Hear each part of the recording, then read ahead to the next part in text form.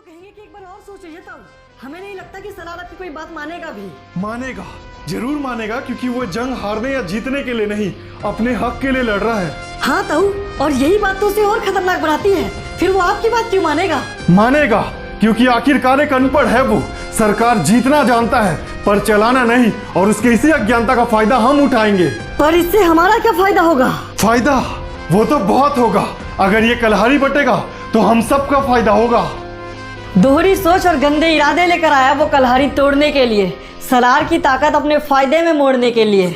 लेकिन अनजान है वो भोला की सोच से, क्योंकि भोला तो सलार बना ही है ये ऊंच नीच की दीवार तोड़ने के लिए। नमस्ते सलार। नमस्ते। आगे बोल, अपने गंदे इरादों का पिटारा खोल।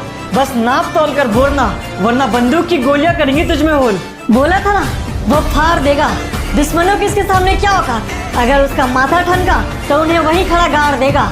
तो तुम गलत समझ रहे हो सलार। मैं यहाँ लोगों की भलाई के लिए आया हूँ। अच्छा, पर आप कब से भलाई का काम करने लगे ताऊ? अब तक तो नहीं किया, लेकिन अब करना चाहता हूँ। आप लोग तो जानते ही हैं, कलहारी में सरकार नहीं होने से यहाँ के छोटे लोगों में गुंडागर्दी कितनी ज्यादा बढ़ गई है। छोटे लोगों की फिक्र वो भी तुझे कुछ जमा नहीं ताऊ।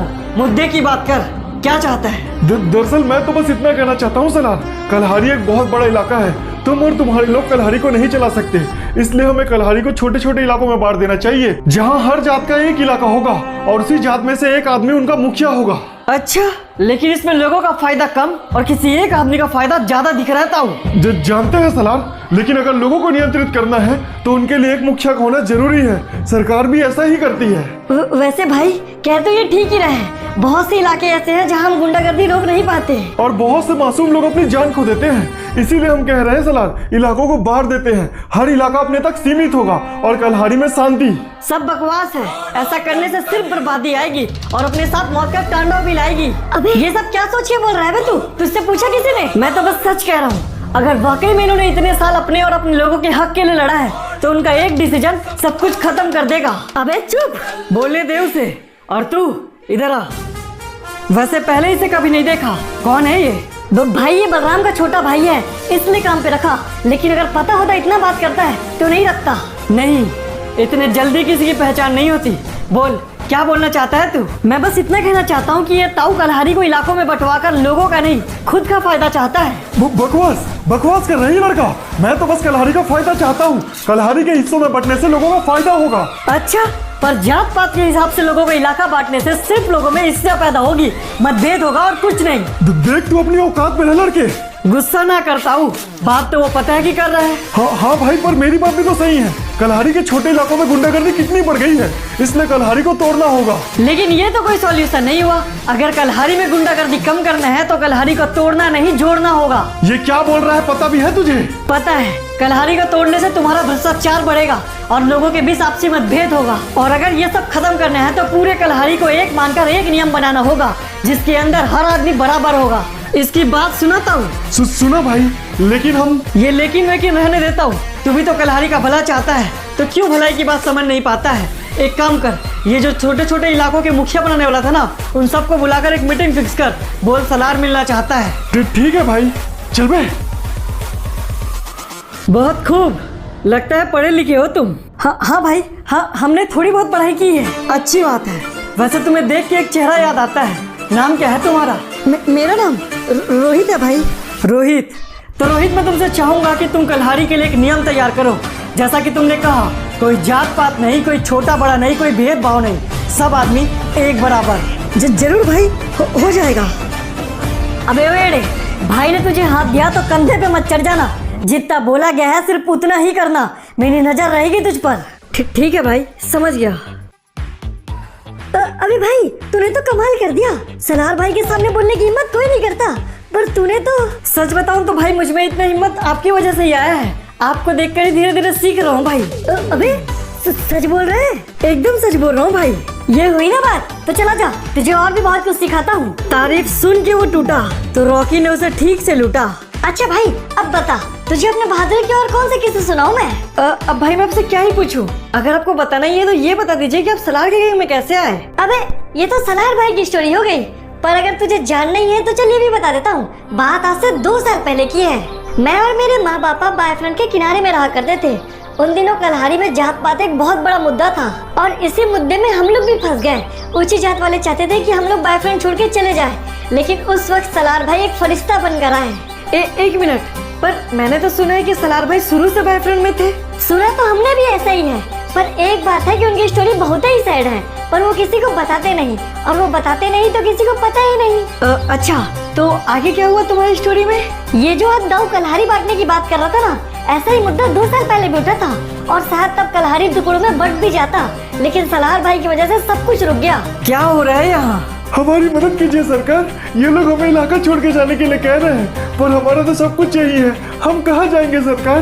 देखो सलार, तुम इस मामले से दूर रहो, यही सही होगा।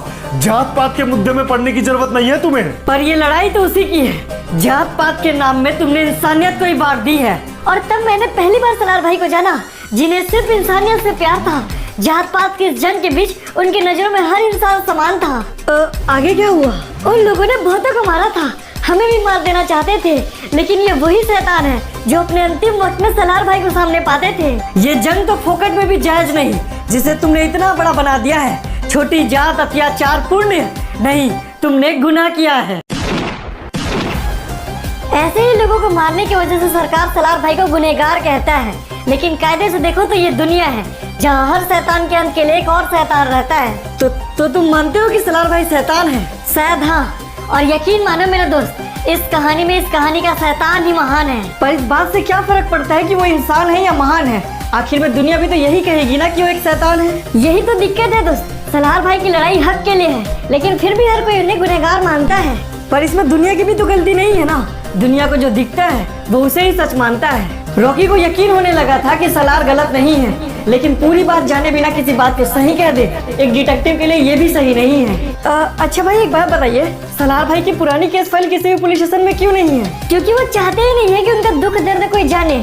शायद वो भी चाहते हैं कि समाज उन्हें शैतान माने।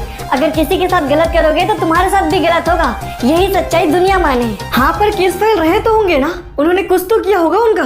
देखो भाई, ज्यादा कुछ तो मुझे याद नहीं, लेकिन उन दिनों सलार भाई के खिलाफ बनाए गए केस फाइल ज्यादातर तो फर्जी ही हुआ करते थे। लेकिन हाँ, एक एसपी थे जिन्हें सलार भाई बहुत मानते थे, इसलिए एसपी ने सलार भाई के लिए जो केस फाइल बनाया, सलार भाई ने उन्हें संभाल कर रखा। एसपी मित्तल की बात कर रहे हो क्या भाई? अरे हाँ, वही तो थे। सलार भाई ने जो उस एसपी ने केस फाइल बनाई, उन्हें ही संभाल कर रखा है। कहाँ पर? अरे वो जो घर के नीचे वाला कमरा है ना, वहीं पर। इसके अलावा और भी बहुत से यादें हैं सलार भाई की वहाँ पर। उनसे जुड़ी पुरानी बातें भी? हाँ। यूँ तो वो अपनी छानबीन पूरी करने आगे बढ़ रहा है। उसे लगता है कि वो अपने देश के लिए लड़ रहा है, लेकिन अनजान है रॉकी इस बात से कि वो अपने भविष्य की तरफ नहीं, अपने अतीत की ओर बढ़ रहा है। लेकिन रॉकी इस वक्त पूरी तरीके से अनजान है कि वो सिर्फ सलार की नहीं, अपनी खुद की भी केस फाइल पढ़ने वाला है। जिंदा होकर भी वो फाइलों में एक बार फिर मरने वाला है। पर ये केस फाइल सिर्फ सलार का अतीत नहीं दिखाता है, कलहारी का सीएम बरमूडा का पीएम क्यों बन गया ये भी बताता है। अपने अतीत को तो भूल चुका है रॉकी, पर अपनी माँ को कैसे भुलाएगा? खुद की मौत तो एक बार फिर भी भूल जाएगा, लेकिन अपनी माँ की मौत को देखेगा तो एक बार फिर से दर्द आएगा। माँ भूल गया वो सब कुछ, पर ये चेहरा नहीं भूल पाएगा। जिंदगी में आदमी चाहे कितना भी आगे चले जाए, पर अपनी माँ को कैसे भुलाएगा? लेकिन नीलू भाई, हमको तो लगता है कुछ गड़बड़ है, वरना वो लोग हमसे अभी तक कांटेक्ट करते हैं। हाँ, तो वहाँ आदमी भेजो और लोगों की जांच करो। एक मिनट, ये यहाँ क्या कर रहा है? पता नहीं भाई, यहाँ आने के लिए सबको मना किया था मैंने। अबे ओए, यहाँ क्या कर रहा है तू? यहाँ आना मना है। लगता है भाई ये सुना नहीं। अबे एड़े, मेरी बात सुनाई नहीं दे रही है क्या?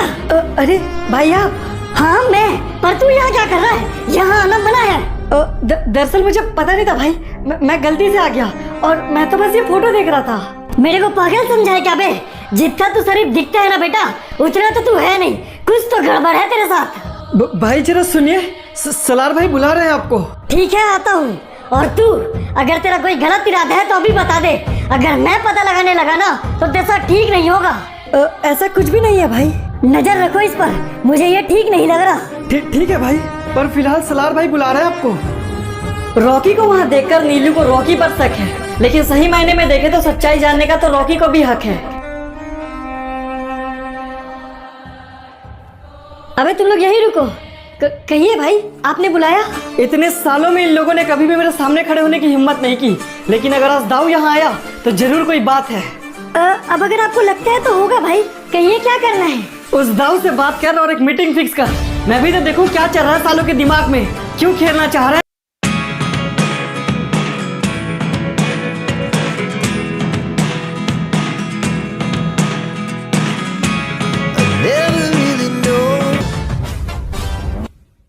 भाई खबर मिली है कि सलार यहीं से जाएगा और गिनती के लोग ही हैं उसके साथ। तो फिर आज का ये दिन उसके जिंदगी का आखिरी दिन होगा। जरूर भाई, हमारी तैयारी तो पूरी है। पर भाई आप तो जानते हैं वो साले कमीने हैं, इतने आसानी से नहीं मानेंगे। उन्हें ये कलहारी चाहिए। उनके चाहने से क्या फर्क पड़ता है, इससे उन्हें थोड़ी मिल जाएगा। अरे ये क्या भाई, इन लोगों ने हमें चारों तरफ से घेर लिया है। बहुत बढ़िया, सलाम आया हमारे पकड़ में। मार डालो उसे, इनमें से कोई भी नहीं बचना चाहिए। बचेगा तो तू नहीं बे, अगर मेरे किसी भी आदमी को कुछ हुआ तो तू गया। सलार का गुस्सा जायज था, लेकिन इन परिस्थितियों से निकलना इतना आसान नहीं था। अबे तुम क्या कर रहे हो? इस कुत्ते को छोड़ के सबको मार डालो। मारो। अबे कमीने, भाई को मारने वाले बहुत आगे चले गए पर कोई उन्हें छू ना सका। साले तू उन्हें मार लेगा, तूने ऐसा सोच भी कैसे सका? वो भी पता चलेगा बे तुझे थोड़ी देर में। वो कमीना रह गया है, उसे मारो। बोला कि क्या बोला तूने? ये नाम तुझे कैसे पता? क्या फर्क पड़ता है इस बात का? ये उसके मौत की पहले की पुकार है सलार। मुझे तेरी पुकार सुननी है। तुझे अंदाजा भी नहीं है कि तूने ये सब करके कितनी बड़ी गलती कर दी। अच्छा, रस्सी जल गई पर तेरी बन नहीं गई सलार। लेकिन एक बात तू जान ले, आज तेरी मौत तय है। हो सकती थी मेरी मौत तय, पर तूने देर कर दिया। मैं तो उजाला चाहता था कलहारी में, पर तूने अंधेर कर दिया। अबे तुझे कम दिखाई देता है क्या? देख अपनी हालात, फंसा हुआ है तू। सच कहूँ तो मैं फंस गया, ऐसा सिर्फ तुझे लगता है। हकीकत में तो सच्चाई महत्व रखता है। ये क्या? ये लोग कौन है और यहाँ कैसे आए? तो तुझे क्या लगता है गैंग्स में जासूस सिर्फ तूने बनाए? तब तो मिस कर दिया तूने, क्योंकि कुछ जासूस तो तेरे गैंग में भी है भाई। मुझसे गलती हो गई, मुझे माफ कर दो सलार। माफी? तो देख अब माफी की कोई जगह नहीं है बाकी। तेरा बाप का घड़ा बढ़ चुका है, अब तेरे लिए सिर्फ तेरा अंत है काफी।